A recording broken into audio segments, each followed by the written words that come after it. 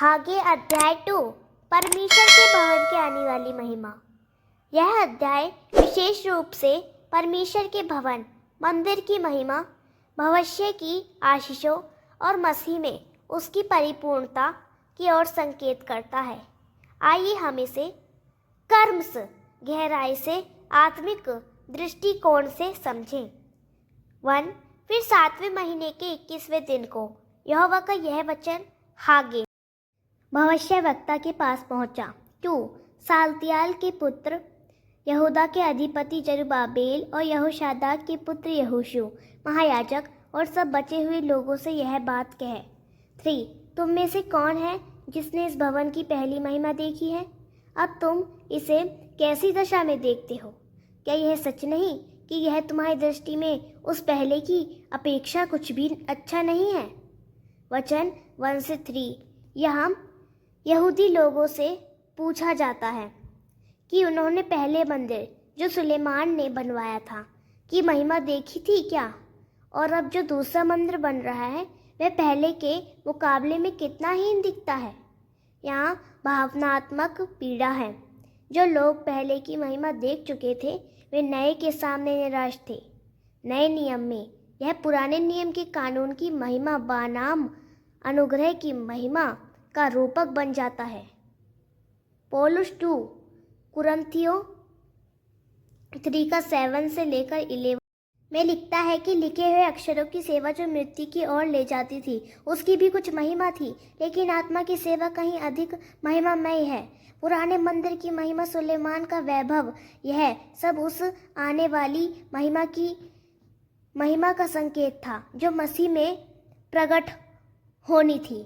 4 तो भी अब यहोवा की यह वाणी है, हे जरुब्बाबेल हियाव बांध, और हे यहोशादाक के पुत्र यहोशू महायाजक हियाव बांध। और यहोवा की यह भी वाणी है कि हे देश के सब लोगों हियाव बांध कर काम करो, क्योंकि मैं तुम्हारे संग हूँ। सेनाओं के यहोवा की यही वाणी है। 5 तुम्हारे मिस्र से निकलने के समय जो वाचा मैंने तुमसे बांधी थी उसी वाचा के अनुसार मेरी आत्मा तुम्हारे बीच में बना है, इसीलिए तुम मत डरो। यहाँ 3 बार कहा गया हियाव बांधो, हिम्मत रखो। परमेश्वर कहता है काम करो, मैं तुम्हारे साथ हूँ, मेरा आत्मा तुम्हारे बीच में बना है, मत डरो। नए नियम में यह प्रतिज्ञा मत्ती 28 के 20 में पूरी होती है, मैं जगत के अंत तक तुम्हारे साथ हूँ। और यूहन्ना 14 का 16 से 17 में यीशु कहता है कि पिता तुम्हें एक और सहायक देगा, पवित्र आत्मा, जो तुम्हारे साथ और तुम में रहेगा। इससे यह स्पष्ट होता है कि उस समय का मंदिर केवल ईंट पत्थरों का भवन नहीं था, असली महिमा परमेश्वर की उपस्थिति थी। आज हम मसीहों में भी यही सच्चाई है। 1 कुरिन्थियों 3:16 क्या तुम नहीं जानते कि तुम परमेश्वर का मंदिर हो और परमेश्वर का आत्मा तुम्हें वास करता है? 6 क्योंकि सेनाओं का यहोवा यह कहता है, अब थोड़ी ही देर बाकी है कि मैं आकाश और पृथ्वी और समुद्र और स्थल सबको कंपित करूंगा। यहाँ 3 बार कहा गया है हियाव बांधो, हिम्मत रखो। परमेश्वर कहता है काम करो, मैं तुम्हारे साथ हूँ, मेरा आत्मा तुम्हारे बीच में बना है, मत डरो। 7 और मैं सारी जातियों को हिलाऊंगा और सारी जातियों की मन भावनी वस्तुएं आएंगी, और मैं इस भवन को अपनी महिमा के तेज से भर दूंगा। सेनाओं के यहोवा का यही वचन है। यहाँ भविष्यवाणी है कि थोड़ी ही देर में मैं आकाश, पृथ्वी, समुद्र और स्थल सबको हिलाऊंगा और सारी जातियों की मनभावनी वस्तुएं आएंगी। यह भविष्यवाणी 2 स्तरों पर पूरी होती है।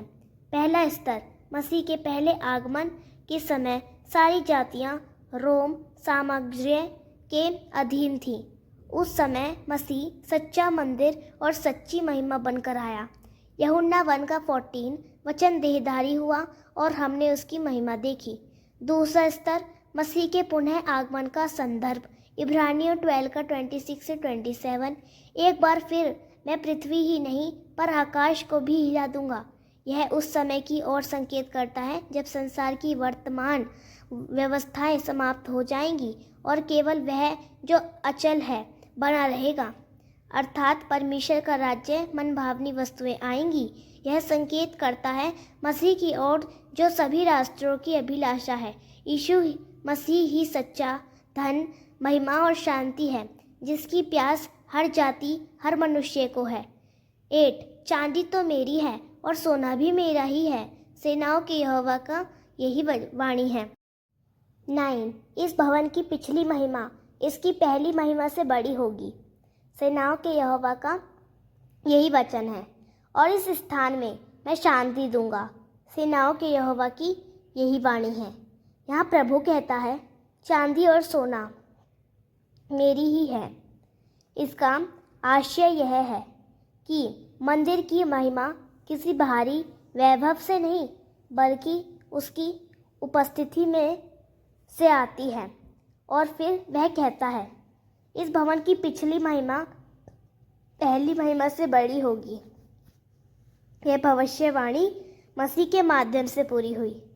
यरूशलेम का दूसरा मंदिर जो जरुब्बाबेल ने बनवाया, वह भले ही पहले से छोटा था, लेकिन मसीह उसी मंदिर में आया।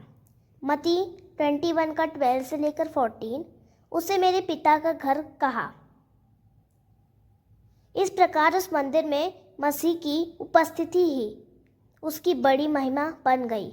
आज हम मसीही विश्वासियों के रूप में मसीह के शरीर हैं और हम उसकी महिमा में भागीदार हैं। 2 कुरिन्थियों 3 का 18 हम सब उसी स्वरूप में परिवर्तित होते जाते हैं। महिमा पर महिमा, लोगों को मलिन होना। 10 दारा के राज्य के दूसरे वर्ष के 9वें महीने के 24वें दिन को यहोवा का यह वचन हागे भविष्यद्वक्ता के पास पहुंचा। 11 सेनाओं का यहोवा यह कहता है, याजकों से इस बात की व्यवस्था पूछ।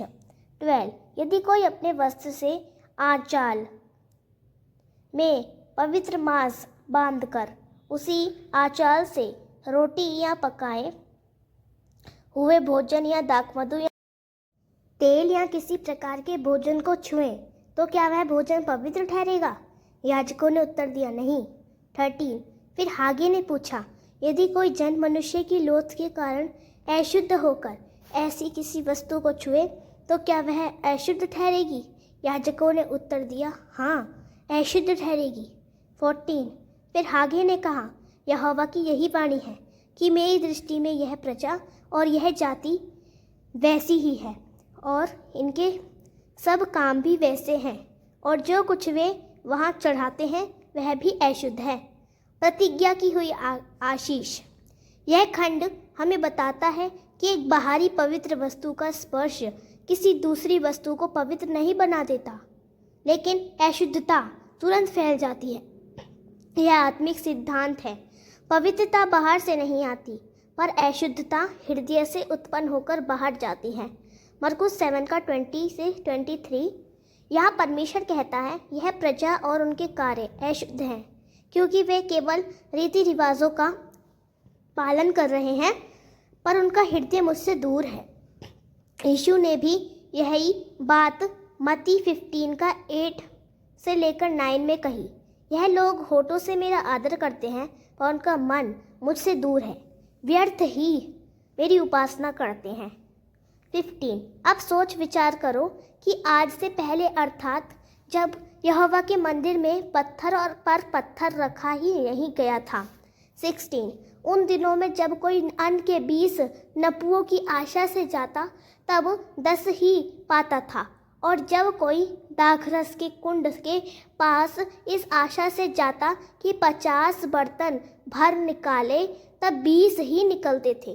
17 मैंने तुम्हारी सारी खेती को लू और गेरुई और ओलों से मारा तो भी तुम मेरी ओर ना फिरे, यहोवा की यही वाणी है।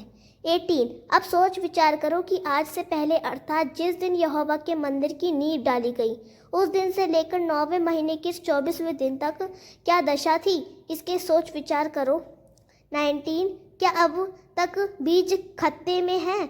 अब तक दाखलता, अंजीर और अनार और जैतून के वृक्ष नहीं फले, परंतु आज के दिन से मैं तुमको आशीष देता रहूँगा। परमेश्वर कहता है, अब सोचो विचार करो, 4 बार यह वाक्य आता है। वह उन्हें याद दिलाता है कि जब उन्होंने मंदिर की उपेक्षा की तो उनकी फसलें कम हो गई, बरकत रुक गई, पर अब जब उन्होंने मंदिर का निर्माण आरंभ किया, वह कहता है आज के दिन से मैं तुम्हें आशीष दूंगा। नए नियम में यह सिद्धांत गूंजता है। मत्ती 6 का 33, पहले तुम परमेश्वर के राज्य और उसके धर्म की खोज करो तो ये सब वस्तुएं तुम्हें मिलेंगी। जब हम उसकी प्राथमिकताओं को अपनाते हैं तो आशीष आती है। 20, उसी महीने के 24वें दिन को दूसरी बार यहोवा का यह वचन हागे के पास पहुंचा। 21, यहूदा के अधिपति जरुब्बाबेल से यह कह, मैं आकाश और पृथ्वी दोनों को हिलाऊंगा। 22, और मैं राज्य राज्य की गद्दी को उलट दूंगा। मैं अन्य जातियों के राज्य को बैल तोड़ूंगा और रथों की चढ़वाइयों समेत उलट दूंगा और घोड़ों समेत सवार हर एक अपने भाई की तलवार से गिरेंगे। 23, सेनाओं के यहोवा की यही वाणी है। उस दिन हे शालतिएल के पुत्र, मेरे दास जरुब्बाबेल, मैं तुझे लेकर मुहर वाली अंगूठी के समान रखूंगा। यहोवा की यही वाणी है, क्योंकि मैंने तुझी को चुन लिया है। सेनाओं के यहोवा की यही वाणी है। यह अंतिम खंड एक अत्यंत महत्वपूर्ण मसीहाई भविष्यवाणी है। प्रभु जरुब्बाबेल से कहता है, मैं तुझे लेकर मोहर वाली अंगूठी के समान रखूंगा, क्योंकि मैंने तुझी को चुन लिया है।